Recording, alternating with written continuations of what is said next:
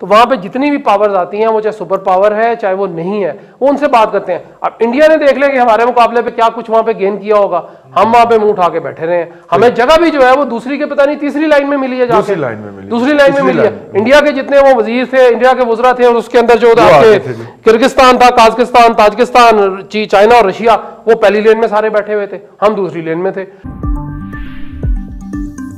Shanghai cooperation council organisation, जो Shanghai तावन तंजीम है, उसके लोगों का एक इजलास हुआ है, और वो हुआ है रशिया के अंदर। और उसके अंदर जो है वो वज़राए दिफा इकट्ठे हुए हैं, जितने भी रुकन ममालिक थे सब के वज़राए दिफा वहाँ पे आए हैं। लेकिन मासवाए पाकिस्तान के वज़ीर दिफा परवेज़ खटक साहब, अब समझ नहीं आती कि वो वहाँ पे क्यों नहीं जा सके। पाकिस्तान में भी कोई उनकी बाजार कोई मसरूफियत नहीं थी। मलम जबा हो सकता है वो गए हों वहाँ पे कोई और चीज़ें अलाट करने के लिए देख रहे हों, या हो सकता है कि BRT की आग जो दूसरी दफ़ा लगी थी वो बुझाने चले गए, हमें क्या पता है जी। कोई अहम काम हो। ये शंघाई तावन तंजीम जो है ये चाइना का ब्रेन चाइल्ड है, और चाइना इसको बहुत ओन करता है, ये उसके दिल के करीब। इस खित्ते के इलाकों को उन्होंने इंगेज किया अपने साथ। इसके अंदर ज़्यादातर वो ममालिक शामिल हैं जो रूस की साबका रियासतें थीं, जो कि रूस के टूटने के बाद आज़ाद हुई थीं, और पाकिस्तान को इसमें ख़ास तौर पे और इंडिया को शामिल किया गया कि ये तावन बढ़ाया जाए। और चाइना जो है इस हवाले से बड़ा सेंसिटिव भी है। हमने वहाँ पे, हमारा वज़ीर दिफा नहीं गया, चले वज़ीर दिफा नहीं जाता, सेक्रेटरी दिफा चला जाता, नहीं गया। उनके भी नीचे का एक अफसर हमने भेजा है। अब उन्हें क्या पता कि हमारे यहाँ इन अफसरों का क्या मुकाम है, लेकिन अब दुनिया तो फेस वैल्यू पे लेती है ना कि हमारे वजीर है तो आपका वजीर आएगा तो हम मुलाकात देंगे, हम मीटिंग देंगे, वरना हम मीटिंग नहीं देंगे। तो लिहाजा साइड लाइन पे हमारी कोई मीटिंग नहीं हो सकी। ये तो एक नुकसान हो गया। इंडिया ने वहाँ पे लॉबिंग की ना जी, चाइना के साथ उसके वजीर दिफा ने मुलाकात की, और उन्होंने वहाँ पे एक पूरा डेलीगेशन के लेवल के ऊपर उन्होंने टॉक्स की हैं। वहाँ पे दोनों अपने अपने ममालिक में वापस गए हैं। ये टॉक्स करने के बाद हमारा वहाँ पे कोई नुमाइंदगी नहीं थी। अब इसकी सेंसिटिविटी इसलिए भी बढ़ जाती है कि अभी कुछ दिन पहले चीन के सदर ने पाकिस्तान का दौरा जो है वो मुलतवी करने का ऐलान किया था, और उसके बाद हमने क्या आगे से रिएक्ट किया है कि जो चीन का सॉफ्ट वैली है हमने वहाँ पे हिट किया कि हम इस वक्त बंदा ही नहीं भेजे। अब शंघाई तावन तंजीम के रुकन ममालिक के वज़राए खारजा का इजलास जो है वो अगले हफ्ते, इस हफ्ते यानी कि वीकेंड पे होना है। उसके अंदर जाने का ऐलान कर चुके हैं जनाब वज़ीर खारजा शाह महमूद कुरैशी साहब, पीर साईं। तो अब देखते हैं कि पीर साईं जाते हैं और किस तराक से जाते हैं।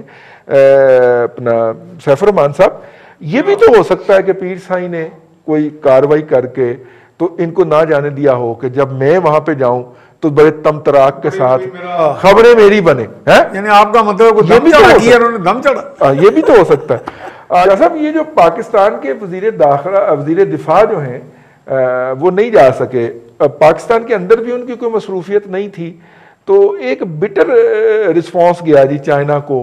क्या हमने रिएक्ट किया कि चाइनीज सदर ने एन आखिरी वक्त में अपना दौरा मुलतवी किया, या टीम बदलने का शाह साहब ने वाहिद हल बता दिया। मियां सैफुर रहमान साहब, इस इलाके में इस वक्त हम वो दो ममालिक हैं जिनके साथ इंडिया 2 फ्रंट वॉर लड़ने की बात कर रहा है, ठीक है, और चाइना के हाईएस्ट लेवल के ऊपर, वजीर दिफा हाईएस्ट लेवल है ना सर जी, उसके बाद तो फिर समिट शुरू हो जाता है ना, वजीर दिफा के लेवल पे इंगेजमेंट में है, और हमने वहां पे वजीर दिफा भेजा ही नहीं है।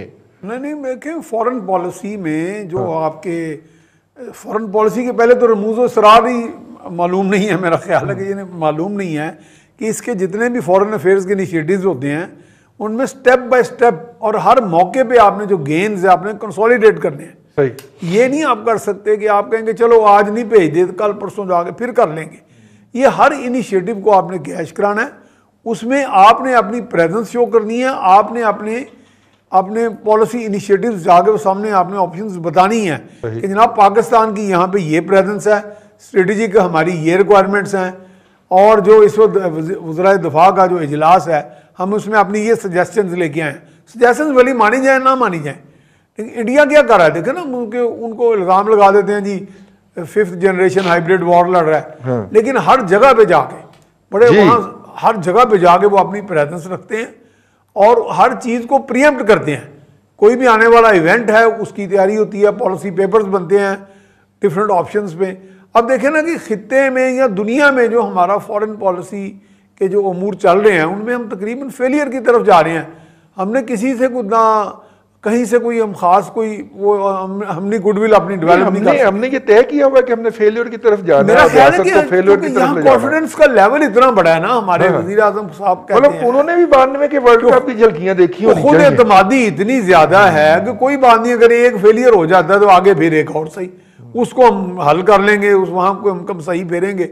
पहुंचोगे तो आपके पास एक चीन की दोस्ती है, भले चले इक्तसादी तावन है, भले उनकी अपनी शराइत पे सही, कोई ना कोई शराइत तो होती हैं, कहीं से भी आप को वर्ल्ड बैंक से लेते हैं, किसी मगरब से लेते हैं, अमेरिका से लेते हैं, शराइत तो आप पहले भी मानते आ रहे थे। तो चलो यहाँ से आपको कैपिटल फ्लो तो मिल रहा है, तो यहाँ पे आपका स्ट्रेटेजिक पार्टनरशिप भी है। पाकिस्तान का सिविल न्यूक्लियर मुआहदा है पीसफुल चाइना के साथ, जो आपके न्यूक्लियर रिएक्टर्स बन रहे हैं। बल्कि मुझे याद पड़ता है कि चाइना के मेटलर्जिकल कॉरपोरेशन के चेयरमैन को मैं मिला बीजिंग में, तो उनसे भी मैंने ये सवाल किया कि जी चाइना की अभी टेक्नोलॉजी न्यूक्लियर रिएक्टर्स में जो पीसफुल पर्पसेस के लिए है वो भी बहुत पीछे है। तो 300 मेगावाट से बड़ा वैसल नहीं आप बना सके। उनका now we are preparing that vessel. और वो मैंने उन्हें पूछा कि पाकिस्तान, उनका जी हाँ पाकिस्तान चूंकि हमारा स्ट्रेटेजिक पार्टनर है उसमें हम कंसिडर करेंगे। तो ये मैं समझता हूँ कि आप वजीर दिफा को भेजना आपकी बड़ी अच्छी बात है। जी जी। वो एक डिप्टी सेक्रेटरी भेज देते, मैं कहता जाके जो कहता कि जनाब हम तो आपके नहीं चीफ ऑफ जॉइंट स्टाफ गए हैं वहां पे। मैं तो वो कह रहा हूं रजा साहब तशरीफ लेके जैसे आप कहते हैं कि मिनिस्टर्स जो हैं आपके, वो मिनिस्टर नहीं मिलते ना जी, लेकिन मिनिस्टर लेवल का ये समिट के करीब करीब आ जाता है, मैं समझता हूं। जी बिल्कुल। और वहां पे देखिए सारे काम एकदम सारे एजेंडे नहीं बन जाते हैं ना, समिट में भी जाके कोई ऐसी चीजें बन जाती हैं कि जो घंटों में इम्प्लीमेंट हो जाए, लेकिन अपनी प्रेजेंस तो शो करनी है ना। आपने वहां पे लॉबिंग करनी होती है, लॉबिंग लोगों से मिलना होता है, और चाइना का मैंने देखा, मैंने चाइना के international institute of strategic studies international affairs, वहां पे इतना काम होता है और पाकिस्तान फोकस पड़ा है, पाकिस्तान इंडिया बोथ जी, यानी ये बहुत बड़ा फोकस है। मेरा ख्याल है कि हमें तो पता भी नहीं है शायद हमारे इधर कि वो कौन सा इंस्टीट्यूट है और कहाँ पे वहां क्या काम होता है। सही मासो है कि जो हमारे को मीडिया के सीनियर्स या चंद एक लोग जो डेलीगेशन वहां गए हैं, सही, तो इस तरह का कोई रेपो ही नहीं है हमारा वहां पे। असलान भट्टी साहब, ये वजीर दिफा को हमने चार्जिंग पे लगाया हुआ था या तोपे पाया हुआ था? भाई साहब दोनों बातें करना की है यार, अगर किसी फोरम पे नुमाइंदगी के काबिल नहीं है ये शख्स, तो इसे वजीर दिफा बनाने वालों को भी कुछ शर्म करनी चाहिए यार। भाई साहब वो नहीं हो सकता, लेकिन मामला ये है जी कि वजीर दिफा हो सकता है कि आपने सही कहा कि मालम जब्बा में हो, वहाँ पे आजकल मौसम भी बहुत अच्छा है और वो वहाँ की जो बाकी ज़मीनें हैं रही सही उनको लौटना कहीं कर रहे हो, और उसके बाद वो चूँकि वहाँ ठंड है, वहाँ से ठंडी हवा जो है वो लिफाफों में डालकर वो लेके गए हैं पेशावर BRT, वहाँ जो दूसरी दफ़ा आग लगी है उसको बुझाने के लिए। अब मुझे बताइए कि हमने क्या करना क्या है। हम मेंबर बने हैं 2017 में 9 जून को, पाकिस्तान बना है, इंडिया बना है और उसके साथ एक जो मुल्क है मंगोलिया, हम ऑब्जर्वर थे, हम उन्होंने मेंबर बना दिया। शंघाई 5 से हम 8 हो गए, अब 8 मेंबरान हो गए। इंडिया ने वहां पर ये काम किया जी कि इंडिया ने जिसका भी मेंबरान रूस और चाइना है, दुनिया की दो वीटो सुपर पावर जो पक्के हैं, वो तो पक्के हैं ना जी, वो तो शंघाई 5 के अंदर वो दोनों पक्के मेंबर हमें नजदीक ला रहे हैं जी। वो हमें उनको देखें, चाइना टाइम टेस्टेड फ्रेंड है हमारा, हमें जरूरत ही नहीं है उसके किसी शक शुबे की गुंजाइश नहीं है। रूस के साथ हम जब से अमेरिका से थोड़ा पीछे में, रूस हमारे करीब आने की कोशिश कर रहा है और थ्रू चाइना ही आ रहा है, चाहे मान लेते हैं कि चाइना के थ्रू आ रहा है, लेकिन हमने क्या किया कि हम वहां पे बिल्कुल ही नहीं गए हैं।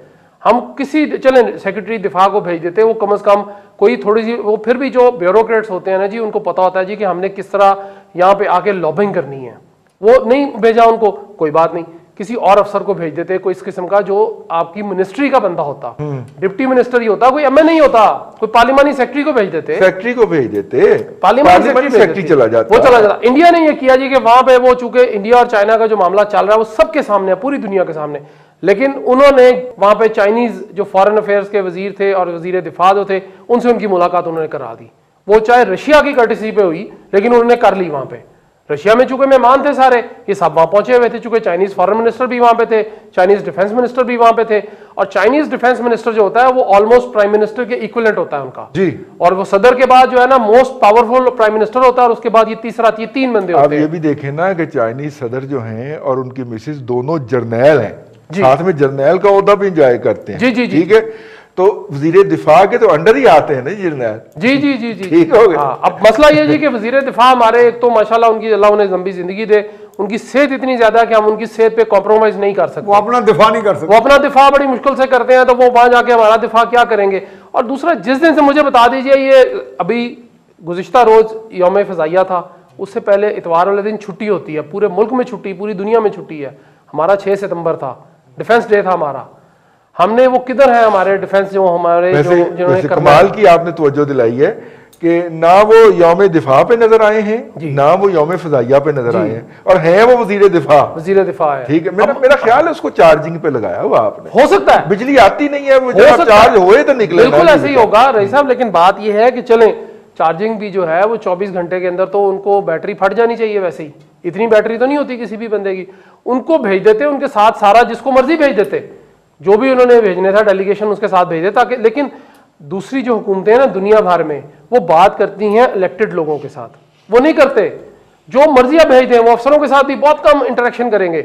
लेकिन अगर कोई इलेक्टेड बंदा आएगा, डेमोक्रेटिक गवर्नमेंट है और इलेक्टेड आदमी आएगा, तो वहां पे जितनी भी पावर्स आती हैं, वो चाहे सुपर पावर है चाहे वो नहीं है, वो उनसे बात करते हैं। अब इंडिया ने देख लें कि हमारे मुकाबले पे क्या कुछ वहां पे गेन किया होगा, हम वहां पे मुंह उठा के बैठे रहे हैं। हमें जगह भी जो है वो दूसरी के पता नहीं तीसरी लाइन में मिली है, दूसरी लाइन में मिली है। इंडिया के जितने वो वजीर थे, इंडिया के वुज़रा थे, और उसके अंदर जो किर्गिस्तान था, काजकिस्तान, ताजिकिस्तान, चाइना और रशिया, वो पहली लेन में सारे बैठे हुए थे, हम दूसरी लेन में थे। जब वो ग्रुप फोटो बनाया गया तो उसमें वो हमारे प्रोड्यूसर साहब को मिल नहीं सका, मेहनत नहीं हुई, कोई नहीं। लेकिन वो एससीओ रशिया एससीओ समिट जो है इस वक्त मौजूद है, उसका पेज, और उस पर ये सारी तस्वीरें जारी हो रही हैं, उसमें भी पीछे हम, हाँ, एजेंडा भी जारी हो रहा है। और वो जो तस्वीर उन्होंने पोस्ट की है मेन तस्वीर के तौर पे, उसमें हम सफ़े अव्वल में नहीं है। कहीं चीन उनकी छेड़ तो नहीं पर खटक साहब की? ये अब मेरा ख्याल है चीन तो पूरी पीटीआई की छेड़ बना हुआ है। इक़्तिदार में आने से पहले भी वो चीन के बारे में जो ख्यालात आलिया चीन जाना है, हाँ, वो लड़ पड़े होंगे, हाँ, वो लेकिन वो धरने में जो वो करते थे ना, खिदमात सर अंजाम दी हुई उन्होंने, नास भी करते थे, वो नाकाबिले फरामोश है उनकी। उस चीज का वजीर बनाना चाहिए, जी खिदमात का। हाँ